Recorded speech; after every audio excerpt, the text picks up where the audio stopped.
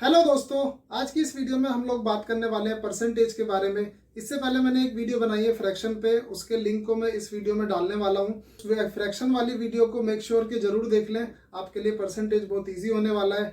Percentage, अगर आप किसी भी कॉम्पिटिशन एग्जाम की प्रिपरेशन कर रहे हैं तो उसमें सबसे ज़्यादा इंपॉर्टेंट चैप्टर है परसेंटेज। और क्योंकि अगर आप परसेंटेज कंप्लीट कर लेते हैं, प्रॉफिट लॉस आपके लिए बहुत ईजी हो जाएगा, सिंपल इंटरेस्ट बहुत ईजी हो जाएगा, कंपाउंड इंटरेस्ट बहुत ईजी हो जाएगा, आप लोगों के लिए पार्टनरशिप भी हो जाएगा। तो परसेंटेज को हम बहुत अच्छे से डिटेल में पढ़ने वाले हैं। 3-4 वीडियो में इस पे बनाऊंगा, रेगुलरली उन वीडियोस को फॉलो करते रहना। अगर किसी भी तरह का प्रॉब्लम आता है तो आप मुझे कमेंट में बता सकते हैं। ये पर्टिकुलर एक ऐसा चीज़ है उस चैप्टर में जो मुझे नहीं समझ आ रहा है, मैं उस पर वीडियो बना के डाल दूंगा। ठीक है, तो परसेंटेज को स्टार्ट करते हैं, फटाफट से बनाना शुरू करेंगे। अभी रिसेंटली बहुत सारे एग्जाम आने वाले हैं, एफ कैट का एग्जाम आने वाला, सीडीएस आने वाला, सी सेट आने वाला। उन सब एग्जाम्स की अगर आप प्रिपरेशन कर रहे हैं तो वहां पर आप लोगों के लिए बहुत ज़्यादा हेल्पफुल होने वाला है। हम 1 बाय 1 करके सारे चैप्टर्स की वीडियो बनाएंगे, जस्ट फॉलो करते रहिए। Let's start with the percentage first. तो चलिए दोस्तों, इसको स्टार्ट करते हैं। दोस्तों, किसी भी चैप्टर को स्टार्ट करने से पहले मेरा हमेशा रिकमेंडेशन ये रहता है कि आप उस चैप्टर की डेफिनेशन को पहले समझें। कंसेप्ट खुद ब खुद समझ आने लगता है, अलाइनमेंट खुद ब खुद होने लगता है। पहले आपको डेफिनेशन पार्ट को अच्छे से समझना होगा। तो फर्स्ट हम डेफिनेशन करेंगे और उसके बाद हम लोग बात करेंगे कंसेप्ट पे। तो अगर डेफिनेशन पार्ट की बात की जाए तो जैसे मैंने बोला कि परसेंटेज का डेफिनेशन क्या होता है, तो एक्चुअल में आप बोलोगे कि पर 100 जो परसेंट को सेग्रीगेट करते हैं। मैंने एक वीडियो इस पे अलग से बना रखा है, उसका लिंक मैं इस वीडियो में डाल दूंगा। तो उसमें क्या है कि परसेंट वर्ड को अगर आप सेग्रीगेट करते हैं तो होता है क्या है कि PERCENT, परसेंट। पर मतलब क्या हुआ, ईच, और सेंट का वैल्यू हो गया 100। तो बेसिकली अगर मैं बोलूँ, इसको स्लैश बोल सकते हो, इसको 100 बोल सकते हो। तो कहने का मतलब क्या है कि अगर मैं बोलूँ आपको कि 25%, तो आप बोल सकते हो 25 आउट ऑफ 100 इस परसेंट। ये डेफिनेशन पार्ट होता है इसका। तो होता क्या है कि अगर मैं बोलूँ कि 25 पर 100 है, तो यही 200 में कितना होगा, तो आप बोलोगे 200 में 50 हो जाएगा। तो कहने का मतलब ये है कि अगर आपको कोई बोले क्वेश्चन में 25% of 200, what you will do, आप बोलोगे कि 25% का मतलब होता है 25 आउट ऑफ 100, 100 में 25। तो 200 में कितना होगा, 50 होगा। 300 में कितना होगा, तो आप इसको 3 टाइम्स लोगे तो 75 होगा। 400 में कितना होगा, तो ये आपका जो है 100 हो जाएगा। तो बेसिकली यहाँ हो क्या रहा है ना कि यहाँ इंटू 2 हो रहा है, तो यहाँ भी इंटू 2 हो रहा है। तो डायरेक्ट प्रोपोर्शन वाला एक केस चल रहा है, सेम मल्टीप्लायर के साथ ये बढ़ रहे हैं। तो होता क्या है कि कुछ नंबर्स ऐसे होते हैं कि इन इन नंबर्स में ना आपको छोटी छोटी वैल्यूज ना खुद से विजुलाइज हो जानी चाहिए। मतलब कहने का ये हुआ कि अगर आपको कोई बोले कि 2/25, तो 2/25 को आप ये भी बोल सकते हो यही 4/50 होगा और यही 8/100 भी होगा। मतलब कुल मिला के पर्पस क्या होता है, आपको डिनोमिनेटर को 100 लाना होता है, वहां पर आपका परसेंट डिफाइन हो जाता है। ठीक है, तो अब इसमें बात करेंगे कि किस टाइप की प्रॉब्लम्स होती हैं परसेंटेज में। वो सबसे ज्यादा इंपॉर्टेंट है कि परसेंटेज में किस टाइप की प्रॉब्लम्स होती हैं। उन प्रॉब्लम्स की वजह से होता क्या है ना, हम कुछ अलग अलग क्वेश्चन को ना उथल पुथल कर देते हैं। सारे मेथड्स को उनके उथल पुथल करने की वजह से होता क्या है कि अल्टीमेट आंसर जो है वो गलत हो जाता है।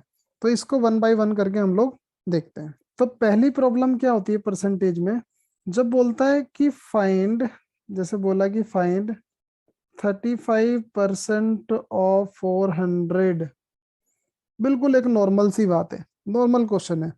Find 35% of 400, what you have to do, आप बोलोगे 35% ऑफ 400। आपने इसको सॉल्व किया और आपका आंसर क्या हो जाएगा, 35% ऑफ 400। इसको आप सॉल्व कर लेंगे, 35 इंटू 4 इज इक्वल टू 140।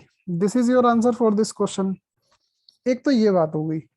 दूसरा क्या है, सेकंड वाली प्रॉब्लम में क्या होता है कि अगर आपको बोला जाता है यही चीज 35 इज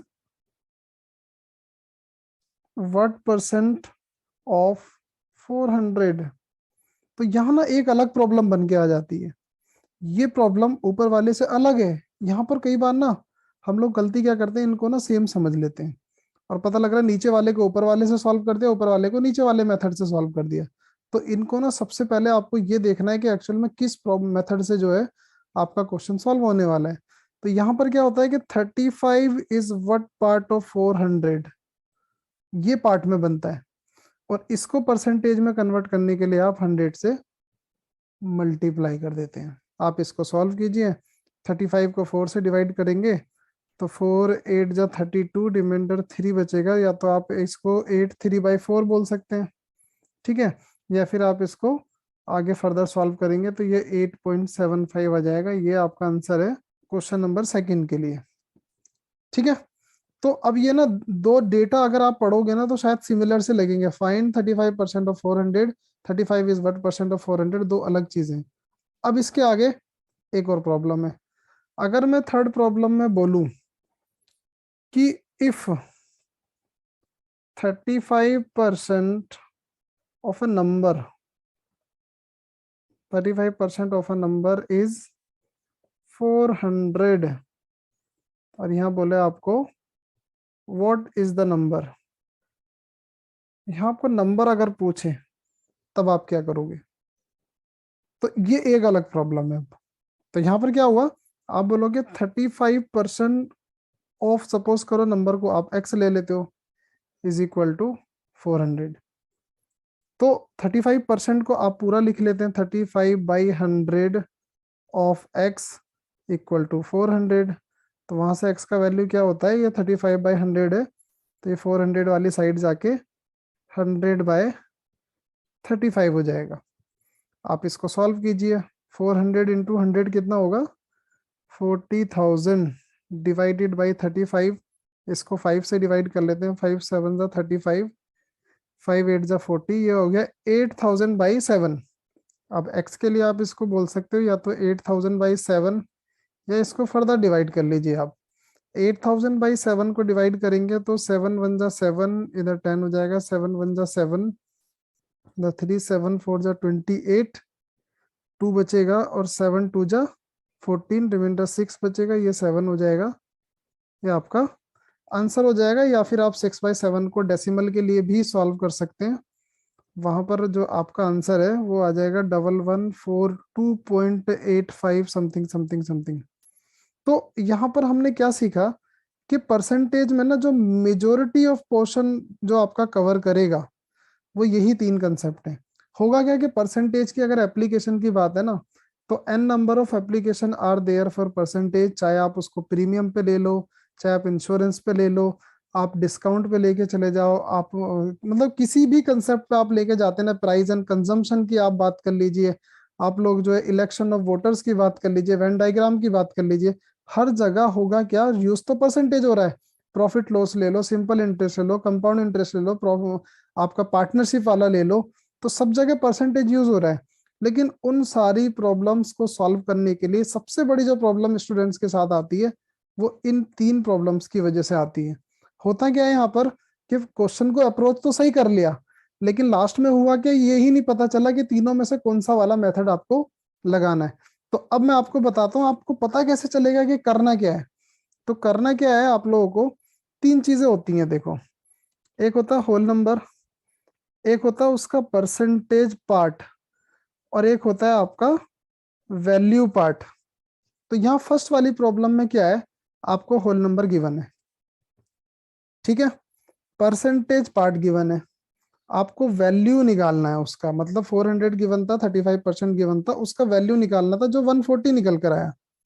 तो ये तो पहले वाले केस में हो गया। सेकंड वाले केस में क्या हुआ, यहीं पर भी बात करेंगे, आपका एक होल नंबर होता है, एक परसेंटेज पार्ट होता है, एक वैल्यू इन पार्ट होता है। यहाँ पर वैल्यू इन पार्ट गिवन है, आपको होल नंबर गिवन है, यहाँ परसेंटेज पार्ट निकालना होता है। और ऑब्वियस है फिर थर्ड वाले की अगर आप बात करोगे, एक आपका होल नंबर होता है, एक आपका परसेंटेज पार्ट होता है, एक वैल्यू इन पार्ट होता है। तो यहाँ पर क्या, आपको परसेंटेज पार्ट गिवन है, यस, आपको वैल्यू इन पार्ट गिवन है, यस, आपको होल नंबर नहीं गिवन है। तो तीन अलग प्रॉब्लम में तीन अलग सोल्यूशन के लिए आप जाते हैं, और इस तरह का सेग्रीगेशन अगर आप क्वेश्चन को लेके करेंगे तो आई कैन गारंटी यू आपका कैलकुलेशन में मिस्टेक हो ही नहीं सकता इस टाइप की कैलकुलेशन में। हाँ, वो बात एक अलग है, आप डिवाइड में गलती कर दें, मल्टीप्लाई में गलती कर दें, वो एक अलग बात है, बट इस टाइप के उसमें कंसेप्ट में गलती नहीं हो सकती है। तो आपको इस तरह से लेके चलना है। अगर आपको ये चीज समझ आ गया है तो मैं आगे लेके चलता हूँ, वहां देखते हैं कि किस तरह से इनका यूज होता है या फिर तीन अलग प्रॉब्लम बनती कैसे हैं। ठीक है, एक एग्जाम्पल इसका और कर लेते हैं। देखिए, जैसा कि यहाँ पर बोला हुआ है, मैंने तीन यहाँ पर टेबल बना दिए। बोला type 1 problem based question, type 2 problem based question and type 3 problem based question. Type 1 में बोला फाइंड 15% ऑफ 300। आप सीधा सीधा करोगे, 15% को ऐसे लिखते हैं, 15 पर 100 और इंटू 300। तो इसको आप लोग सॉल्व कीजिए, 15 3 जा 45, ये आपका आंसर निकल के आ गया। सेकेंड वाली प्रॉब्लम के लिए 15 इज व्हाट परसेंट ऑफ 300, तो आप क्या करेंगे, 15 आउट ऑफ 300, वो फ्रैक्शन में कितना पार्ट होता है पहले वो लिख लेते हैं, फिर उसको परसेंटेज में कन्वर्ट करने के लिए आप 100 से मल्टीप्लाई कर देते हैं।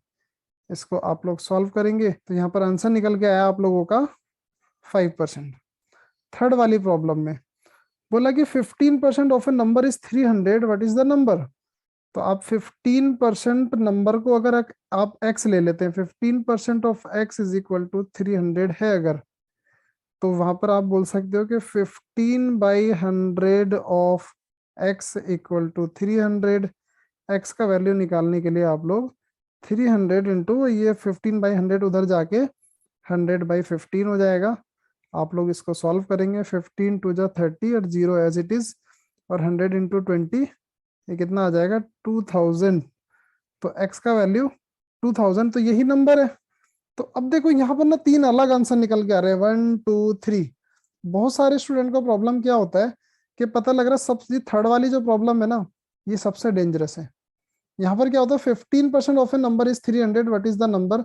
वो लोग क्या करते हैं कि इस 300 का ही जो है ना 15% निकाल देते हैं और बोलते हैं जी इसका आंसर क्या होगा, 15% ऑफ 300 बोलते हैं 45 होगा।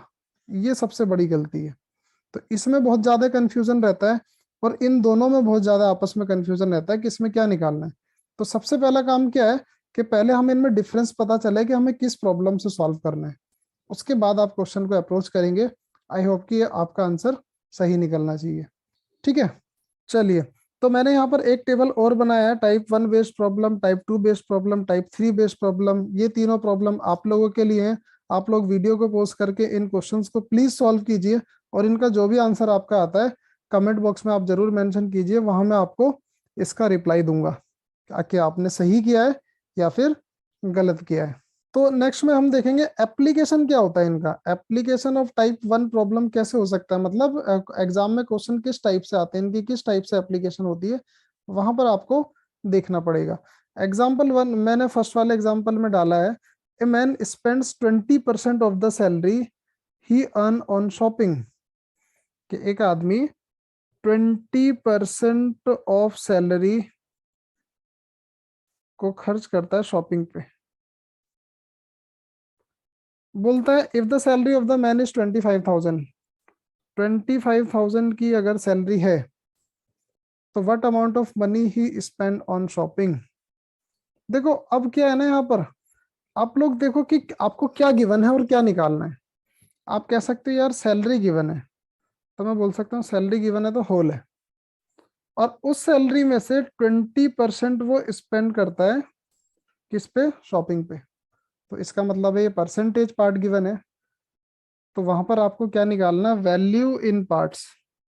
तो वैल्यू इन पार्ट्स निकालने के लिए सीधा सीधा हिसाब है कि 25,000 की आपकी जो भी सैलरी है उसका आपको 20% निकालना है, और आप 20% जब इसका सॉल्व करेंगे तो ये 250 इंटू 20 अगर आप बनाएंगे तो ये बनेगा 5,000 रुपीज।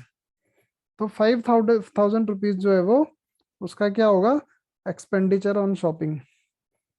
ठीक है, तो ये आपका क्या हुआ, ये फर्स्ट वाली प्रॉब्लम से सॉल्व हुआ कि आपने सीधे ही होल में से कुछ परसेंटेज निकाला उसका। तो इस तरह से जो है एग्जाम में क्वेश्चन पूछे जाते हैं। नेक्स्ट में एप्लीकेशन ऑफ टाइप 2 प्रॉब्लम किस तरह से होता है, मतलब टाइप 2 प्रॉब्लम का क्वेश्चन किस टाइप से पूछा जाता है। जैसे आप कोई एग्जाम अटेम्प्ट करते हैं, हमने बचपन से ये कैलकुलेशन हम करते आए, हम लोग एग्जाम को अटेंड किए, वहां पर 42 क्वेश्चन का एक टेस्ट है, हमने उसमें से 37 क्वेश्चन अटेम्प्ट किए हैं करेक्टली।